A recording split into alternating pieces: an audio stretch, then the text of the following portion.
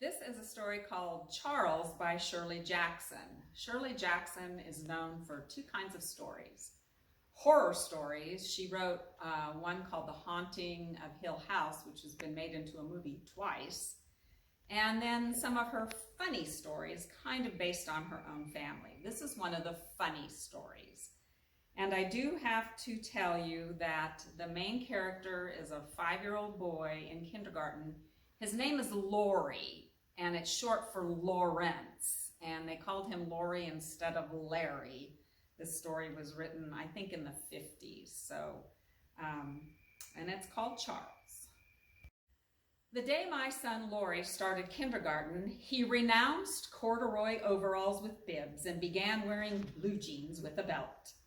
I watched him go off the first morning with the older girl next door, seeing clearly that an era of my life was ended. My sweet-voiced nursery school tot, replaced by a long-trousered, swaggering character who forgot to stop at the corner and wave goodbye to me.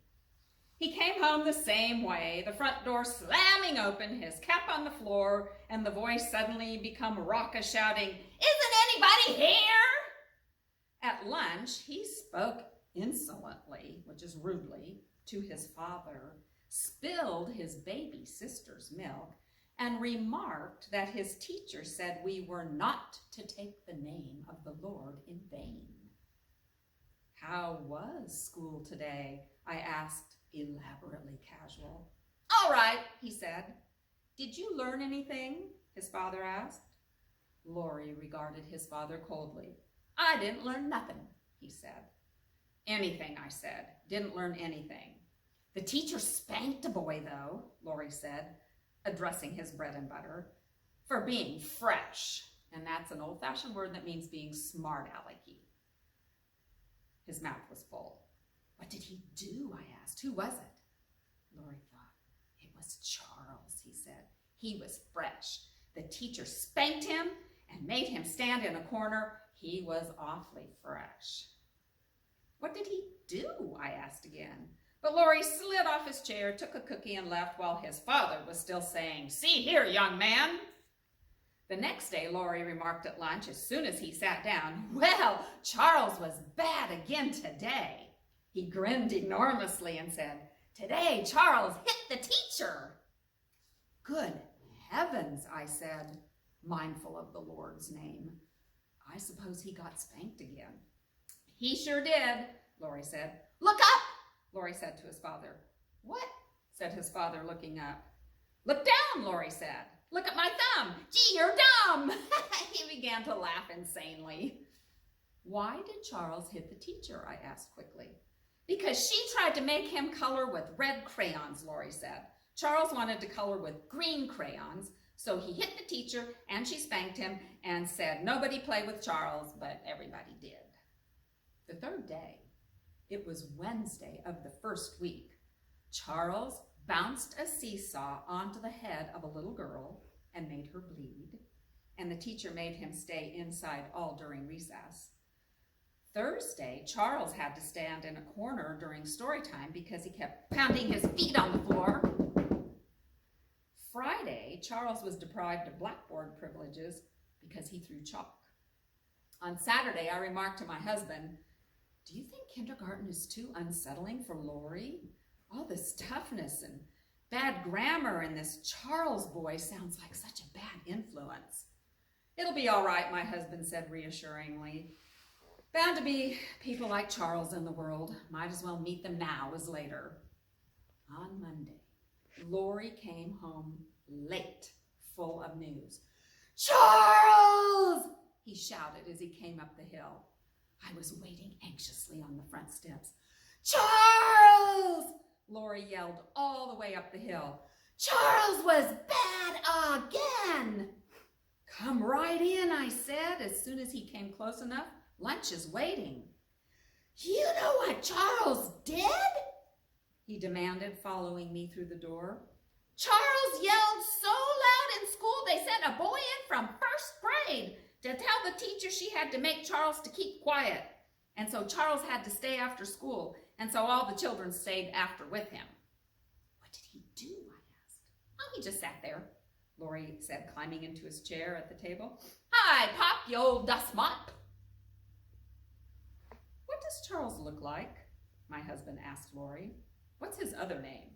Oh, he's bigger than me, Lori said, and he doesn't have any galoshes, and he doesn't ever wear a jacket. Monday night was the first parent-teachers meeting, and only the fact that the baby had a cold kept me from going. I wanted passionately to meet Charles's mother. On Tuesday, Lori remarked suddenly, our teacher had a friend come see her at school today. Charles's mother? My husband and I asked simultaneously. Nah, Lori said scornfully. It was a man who came and made us do exercises and we had to touch our toes. Look, he climbed down from his chair and squatted down to touch his toes. Like this, he said. He got solemnly back into his chair and said, picking up his fork, Charles didn't even do exercises. That's fine, I said heartily. Didn't Charles want to do exercises? Nah, Lori said. Charles was so fresh to the teacher's friend, he wasn't let to do exercises. Fresh again, I said. He kicked the teacher's friend, Lori said. The teacher's friend told Charles to touch his toes like I just did, and Charles kicked him. What are they going to do about Charles, do you suppose? Lori's father asked him. Lori shrugged elaborately. Throw him out of school, I guess. Wednesday and Thursday were routine. Charles yelled during story hour, hit a boy in the stomach, made him cry. On Friday, Charles stayed after school again, and so did all the other children. With the third week of kindergarten, Charles was an institution in our family. The baby was being a Charles when she cried all afternoon. Lori did a Charles when he filled his wagon full of mud and pulled it through the kitchen. Even my husband, when he caught his elbow in the telephone cord and pulled telephone, ashtray, and a bowl of flowers off the table, after the first minute said, looks like Charles. Well, during the third and fourth weeks, it looked like a reformation in Charles. Lori reported grimly at lunch on Thursday of the third week, Charles was so good today, the teacher gave him an apple. What? I said, and my husband asked warily. You mean Charles? Charles, Lori said. He gave the crayons around and he picked up the books afterward, and the teacher said he was her helper. What happened? I asked incredulously. He was her helper, that's all, Lori said, and shrugged. Can this be true about Charles? I asked my husband that night. Can something like this happen? Well, wait and see, said my husband cynically. When you've got a Charles to deal with, it may mean he's only plotting. He seemed to be wrong. For over a week, Charles was the teacher's helper.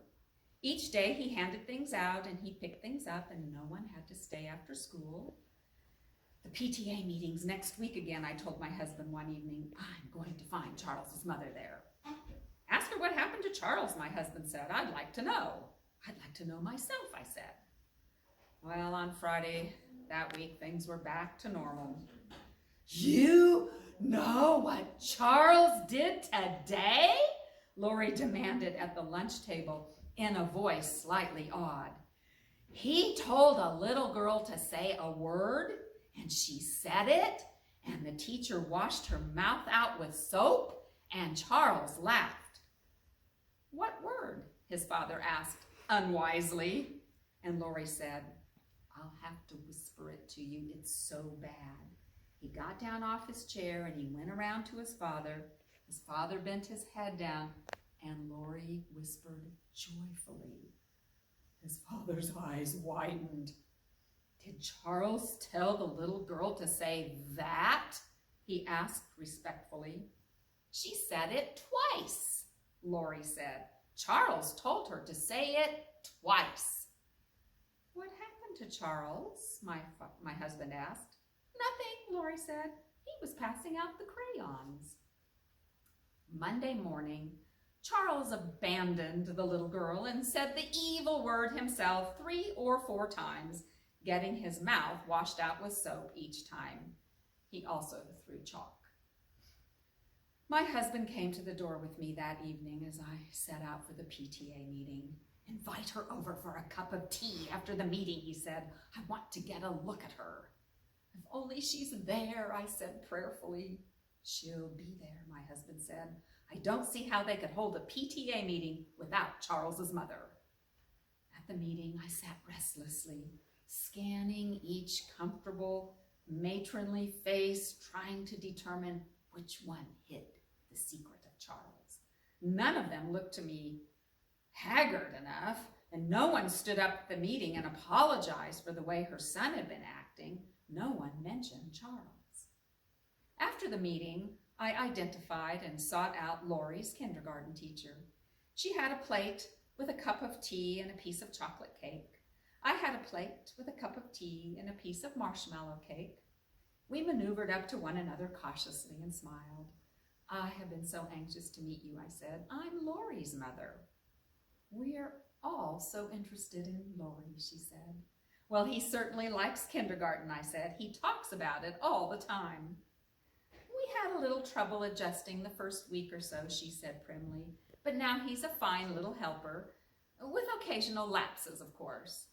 Oh, Laurie usually adjusts very quickly, I said. I suppose this time it's Charles's influence. Charles? Yes, I said, laughing. You must have your hands full in that kindergarten with Charles.